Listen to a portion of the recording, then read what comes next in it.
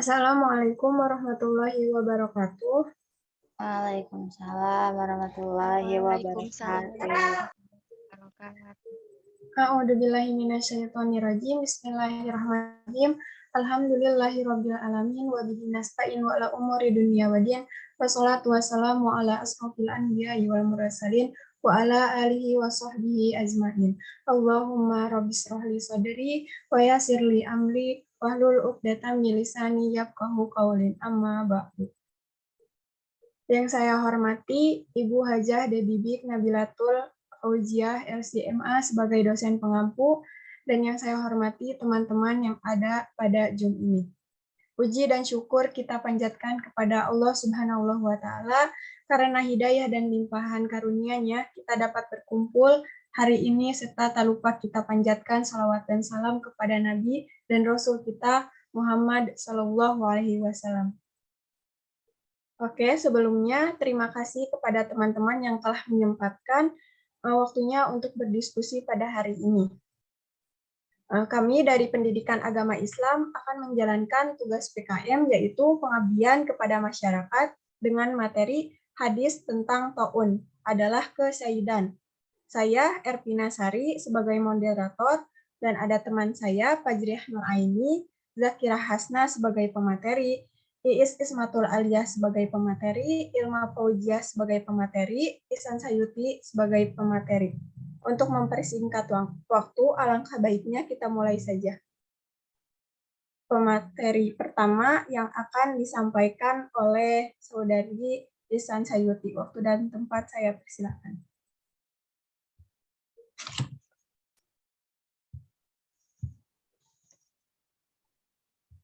Baik, terima kasih kepada moderator. Bismillahirrahmanirrahim. Perkenalkan, nama saya Ihsan Sayuti. Pada kesempatan kali ini, saya akan sedikit menjelaskan mengenai hadis tentang ta'un wabah adalah kesyahidan. Nah, sebelum ke pengertiannya, kita harus memahami dulu apa itu syahid, apa itu ta'un.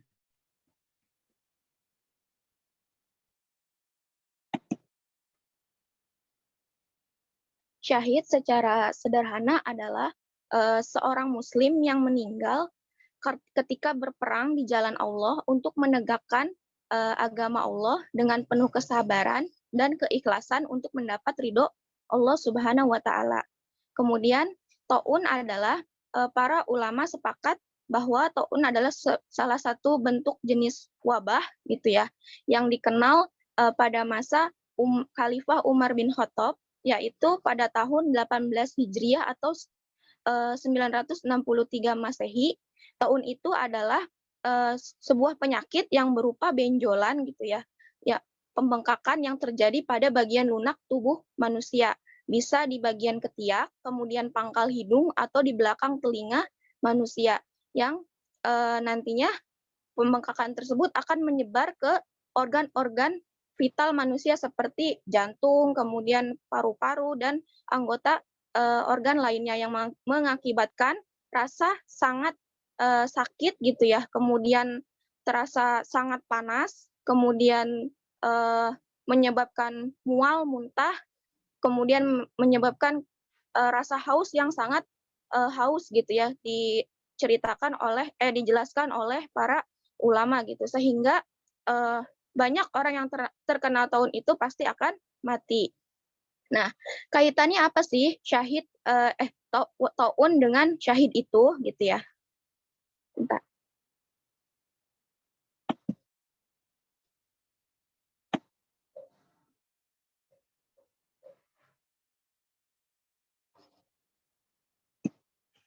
Nah, kaitannya antara ta'un dengan syahid adalah bahwa orang yang terkena ta'un atau wabah ketika dia meninggal gitu ya, akan dikatakan syahid. Hal ini sesuai dengan hadis dari Rasulullah Shallallahu Alaihi Wasallam, yang artinya pada waktu itu Aisyah, istri Nabi, menanyakan kepada Nabi tentang perihal ta'un gitu ya, dan Rasulullah menjelaskan bahwa ta'un adalah siksa yang dikirimkan Allah kepada siapa saja yang dikehendakinya.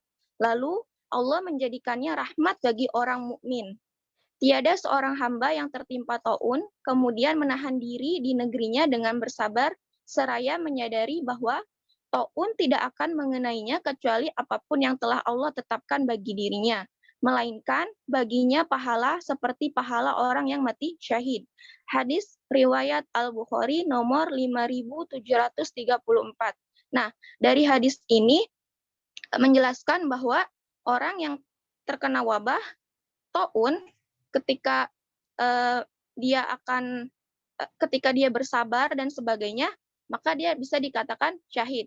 Nah, menurut Ibnu Hajar dalam kitabnya Fathul Bari menjelaskan 4 kriteria bahwa seseorang bisa dikatakan syahid karena taun. Yang pertama, orang tersebut mampu berdiam diri di rumah gitu ya. Kalau sekarang disebut dengan social distancing gitu, di rumah aja gitu kan, menjaga jarak gitu. Nah, orang yang mampu berdiam diri di rumah, kemudian merenungi kesalahannya dan lebih mendekatkan diri kepada Allah Subhanahu wa taala dengan memperbanyak ibadah, kemudian berbuat baik gitu ya.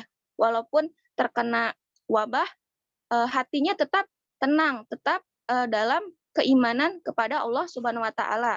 Nah, kemudian yang kedua, kriteria yang kedua adalah sabar dan ridho, di mana tidak mengeluh gitu, bahwa ketika diberi wabah gitu ya, terkena virus, seseorang tetap bersabar tanpa mengeluh karena Allah telah memberi virus gitu ya. Kenapa sih aku diberi virus gitu ya? Nanti aku mati atau gimana gitu. Enggak seperti itu kalau orang yang dijelaskan dalam kitab Ibnu Hajar ini. Kemudian yang ketiga, berharap pahala, bahwa apa yang diberikan Allah ini semata-mata adalah bentuk sebagai ibadah yang nantinya menjadi sumber pahala, yaitu pahala syahid. Kemudian yang keempat, beriman dengan takdir artinya bahwa mengimani dengan takdir itu bahwa kena dan tidak kenanya virus kepada seseorang gitu ya, itu adalah kehendak dari Allah Subhanahu wa taala. Walaupun kita sudah seikhtiar mungkin gitu ya. Emang kan sebagai manusia harus ikhtiar untuk menjaga kesehatan, menjaga virus gitu ya, agar terhindar dari virus gitu ya. Tapi ternyata kita kena virus misalnya. Nah, kita harus tetap mengimani bahwa itu semua adalah kehendak Allah Subhanahu wa taala. Nah, dari keempat kriteria tersebut menurut Ibnu Hajar, ketika seseorang telah memenuhi kriteria tersebut, ketika kena taun dan dia meninggal, maka dikatakan seseorang itu mendapat pahala syahid. Atau walaupun dia tidak meninggal gitu ya, maka tetap mendapatkan pahala syahid. Atau walaupun dia terkena virus dan dia sembuh dari virus tersebut, wabah tersebut, maka dia tetap dikatakan mendapat pahala syahid. Itu menurut penjelasan dari Ibnu Hajar mengenai kutipan hadis yang tadi. Slide selanjutnya. Nah, selain itu, dari pahala keutamaan syahid itu adalah yang pertama, dosanya akan diampuni. Jelas ya, orang yang mati syahid itu dosanya pasti akan diampuni gitu ya. Kecuali adalah hutang, karena persoalan dengan manusia harus segera diselesaikan ketika seseorang meninggal gitu ya. Hal ini sesuai dari hadis Nabi Muhammad SAW, bahwasanya beliau bersabda, seseorang yang mati syahid akan diampuni dosa-dosanya kecuali hutang, yaitu hadis riwayat Muslim.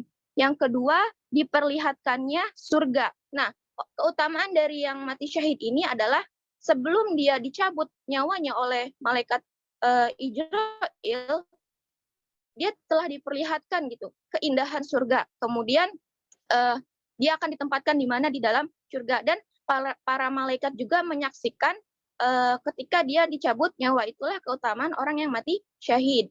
Kemudian yang ketiga, dijaga dari siksa kubur. Yang keempat, diberi keutamaan dari ketakutan yang besar ketika saat dibangkitkan dari alam kubur gitu ya. Yang kelima, diberi mahkota kemuliaan. Kemudian yang keenam, diberi hak untuk memberi syafaat kepada 70 orang keluarga, orang dekat keluarga. Maksudnya,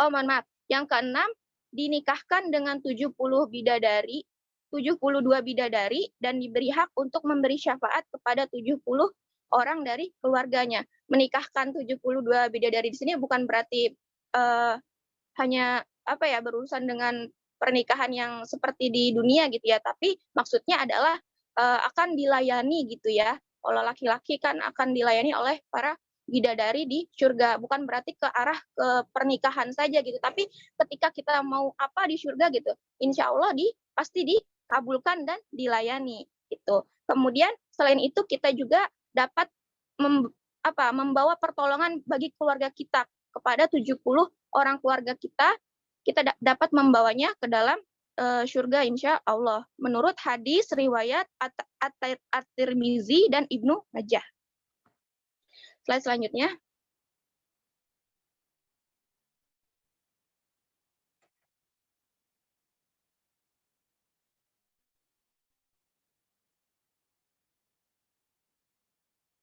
Nah, selain itu ada juga hadis yang menegaskan bahwa orang yang terkena wabah itu adalah syahid gitu ya. Bismillahirrahmanirrahim.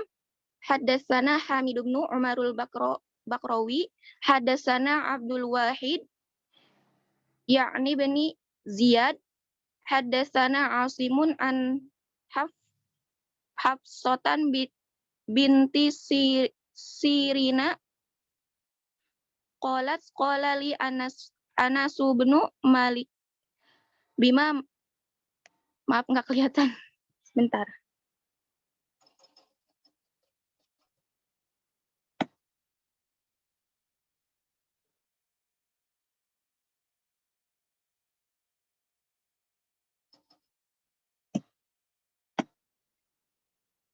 Bismillahirrahmanirrahim.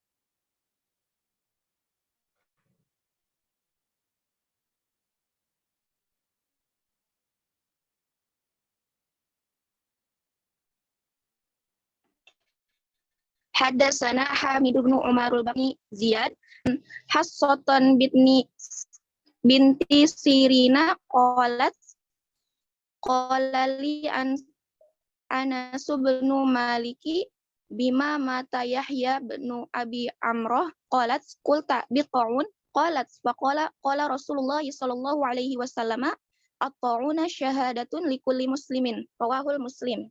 Yang artinya, slide selanjutnya.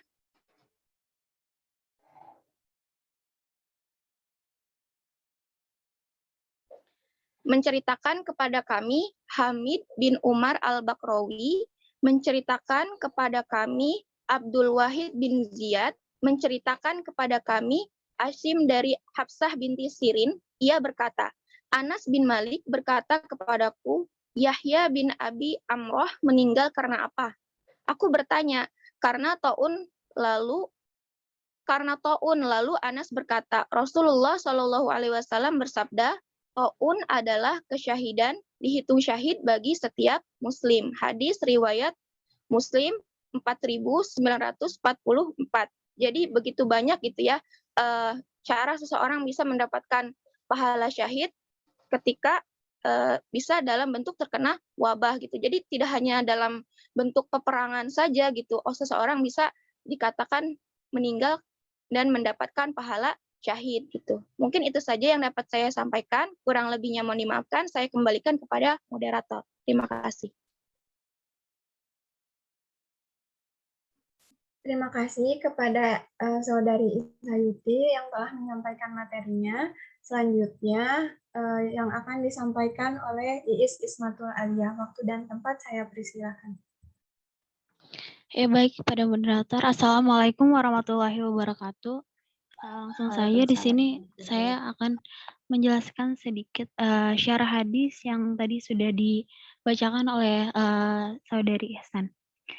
Di sini ada Ibnu Hajar Al-Asqalani memaparkan perbedaan pendapat mengenai penyebab orang yang mati syahid disebut syahid. Nah, yang pertama yaitu ada pendapat An-Nadhr bin Shumail, yaitu karena orang yang mati syahid pada hakikatnya dia itu hidup seakan-akan ruhnya hadir dan menyaksikan. Jadi orang yang mati syahid itu sebenarnya itu akan tetap hidup di sisi Allah gitu. Kemudian yang kedua pendapat Ibnu Al-Anbari, yaitu karena Allah dan malaikatnya bersaksi bahwa surga diperuntukkan baginya. Jadi orang yang mati syahid ini sudah dijanjikan oleh malaikat dan Allah itu surga gitu. Nah, kemudian yang ketiga yaitu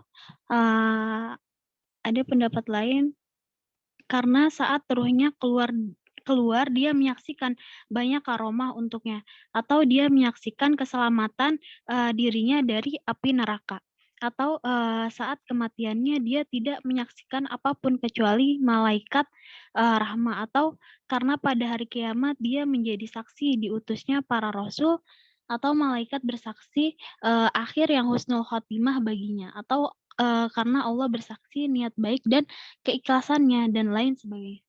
Nah, kemudian ada juga di sini slide selanjutnya.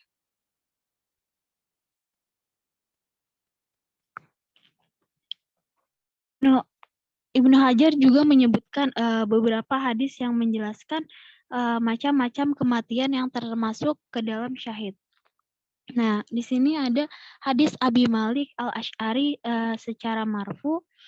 Siapa yang mati dibanting oleh kuda atau unta miliknya, atau mati disengat serangga, atau meninggal di atas tempat tidurnya, atau segala bentuk kematian yang dihendaki Allah Subhanahu wa Ta'ala, maka itu dia syahid.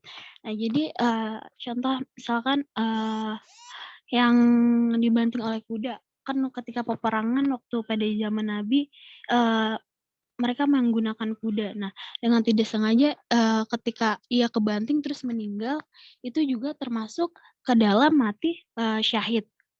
Nah, kemudian ada mati disengat serangga. Nah, orang yang tergigit serangga ini juga termasuk mati syahid karena sakitnya itu seperti orang yang mati syahid karena terbunuh gitu. Nah, kemudian yang kedua ada yang disahihkan Darqutni dari hadis Ibnu Umar. Itu matinya orang asing atau dikenal adalah contohnya seperti misalkan ada orang yang tenggelam di sungai gitu, meninggal. Nah, tidak ada seorang pun yang mengenali jasadnya gitu. Nah, itu pun juga termasuk ke dalam mati syahid. Nah, kemudian ada riwayat Ibnu Hibban, hadis Abu Hurairah. Nah, barang siapa yang mati terikat, dia mati syahid. Nah, contohnya misalkan ada seorang yang diculik gitu, kemudian dengan sengaja oleh penculiknya ini diikat sampai meninggal gitu. Jadi dibunuh dengan sengaja. Nah, itu pun termasuk ke dalam mati syahid. Kemudian ada riwayat At-Tarbarbi dari hadis Ibnu Abbas secara marfu, itu seorang yang mati di atas tempat tidurnya di jalan Allah adalah syahid. Nah, jadi orang yang mati di tempat tidur pun itu bisa dikatakan syahid selama misalkan selama hidupnya itu dia selalu berdoa gitu, ya Allah selalu minta ketika meninggal tuh dalam keadaan syahid, pokoknya selalu berdoa seperti itu. Nah, itu juga bisa dikatakan syahid. Nah, Ibnu Atin mengatakan bahwa jenis-jenis kematian di atas adalah bentuk keutamaan dari Allah atas umat Nabi Muhammad SAW, yaitu sebagai penggugur dosa dan tambahan pahala yang menyamai derajatnya para syuhada. Nah, jadi yang tadi sudah disebutkan kematian-kematian yang tadi itu juga termasuk kematian syahid. Jadi derajatnya pun menyamai para syuhada dan juga sebagai penggugur dosa. Nah, cukup sekian yang dapat saya sampaikan. Kurang lebihnya mohon maaf. Assalamualaikum warahmatullahi wabarakatuh. Terima kasih kepada Ismatul Alia yang telah menyampaikan materinya. Selanjutnya, materi akan disampaikan oleh Saudari Zakira Hasna. Waktu dan tempat saya persilahkan.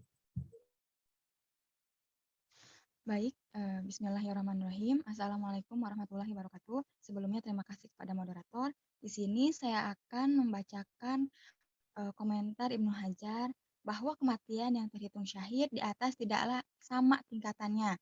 Hal ini berdasarkan hadis Amr bin Anbasah. Sesungguhnya Nabi ditanya, jihad apakah yang paling utama? Nabi bersabda, siapa yang melukai kudanya dan mengalir darahnya, maksudnya perang di jalan Allah. Kemudian Ibnu Hajar membagi syuhada, yaitu orang-orang yang mati syahid menjadi dua. Yang pertama syahid di dunia dan di akhirat, yaitu dia yang berperang di jalan Allah dengan ikhlas dan tidak lari dari medan perang.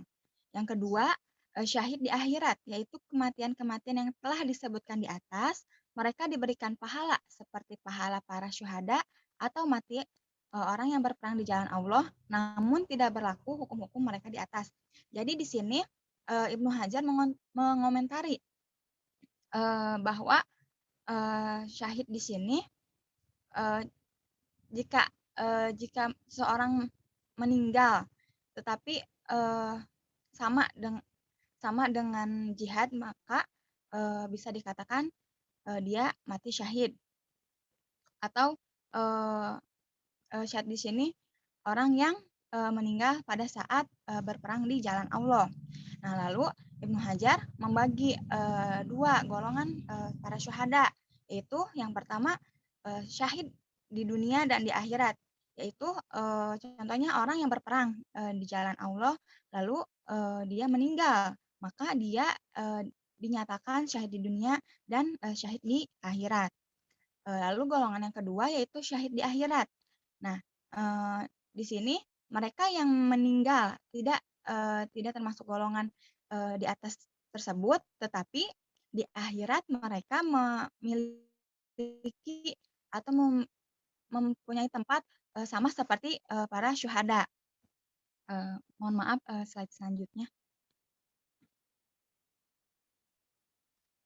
Nah, lalu yang kedua yaitu Ibnu Hajar mengutip hadis marfu riwayat Ibnu Majah dan Ahmad.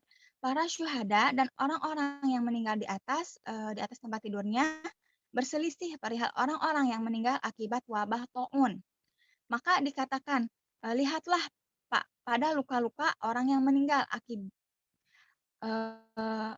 lihatlah pada luka-luka mereka apabila menyerupai luka-luka orang yang gugur berperang di jalan Allah, maka mereka atau orang yang meninggal akibat wabah tahun ini dihitung bagian dari mereka yang bersama dan mereka orang yang gugur berperang di jalan Allah karena persamaan luka mereka.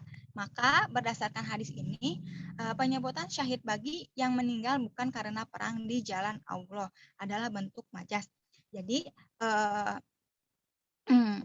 penjelasan di dalam Ibnu Hajar ini,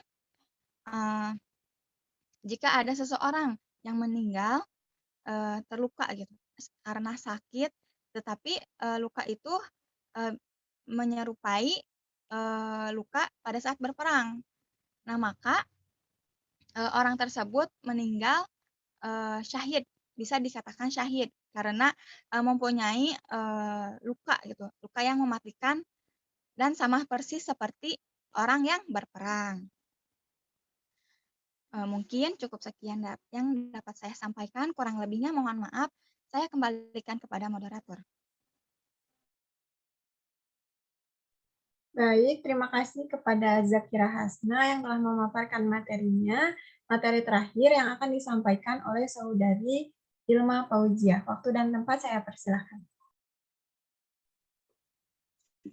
Sebelumnya, terima kasih kepada moderator. Di sini saya akan menambahkan sedikit tentang materi hari ini.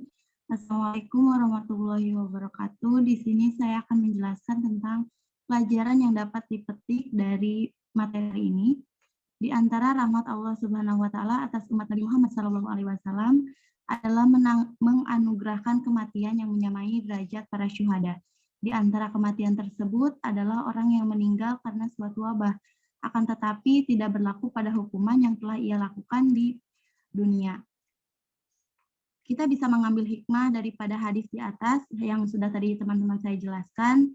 Allah Subhanahu wa taala memberikan rahmatnya setelah Allah memberikan musibah, yaitu berupa wabah, di mana yang seperti ini pernah terjadi di zaman sahabat Nabi Muhammad SAW. Allah Subhanahu wa taala memberikan keutamaan kepada umat Nabi Muhammad SAW yang terkena wabah dengan mati syahid, atau seperti matinya para syuhada yang gugur dalam medan perang atau dalam peperangan. Akan tetapi tidak berlaku pada hukuman yang telah ia lakukan di dunia, itu berbeda. Sedikit tambahan dari saya, kurang lebihnya mohon maaf. Akhirul kalam, wassalamualaikum warahmatullahi wabarakatuh. Waalaikumsalam warahmatullahi wabarakatuh. Terima kasih kepada Ilma Fauziah. Baik, materi telah disampaikan. Selanjutnya sesi tanya jawab. Kepada para audiens yang kurang memahami materinya, dipersilakan untuk bertanya.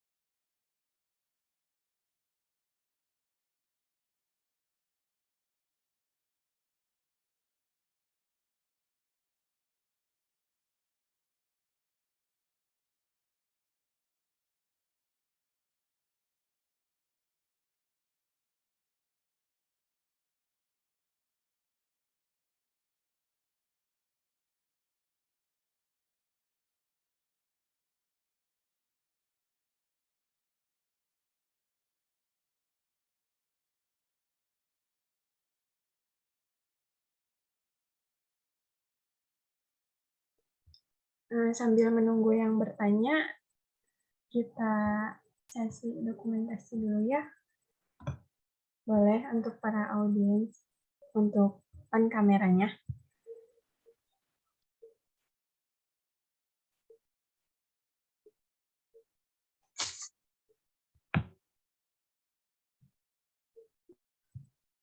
Ayo. 1, 2, 3.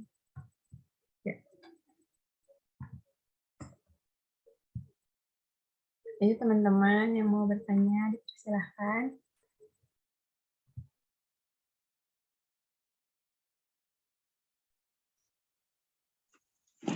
Ini suaranya kecil. Oh iya. Teman-teman, yuk nanya.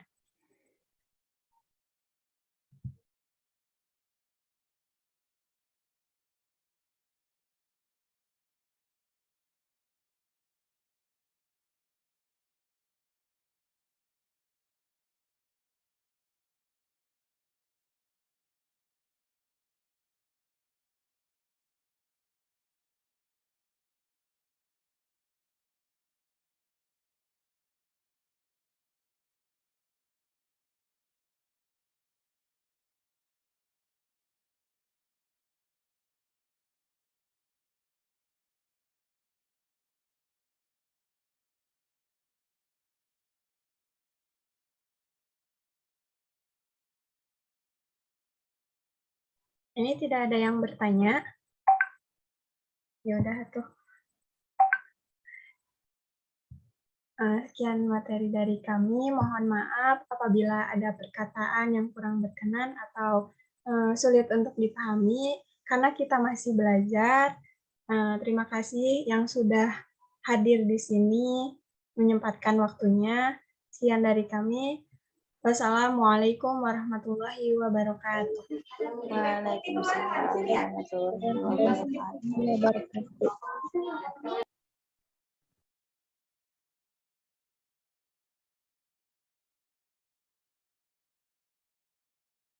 Terima kasih pemateri.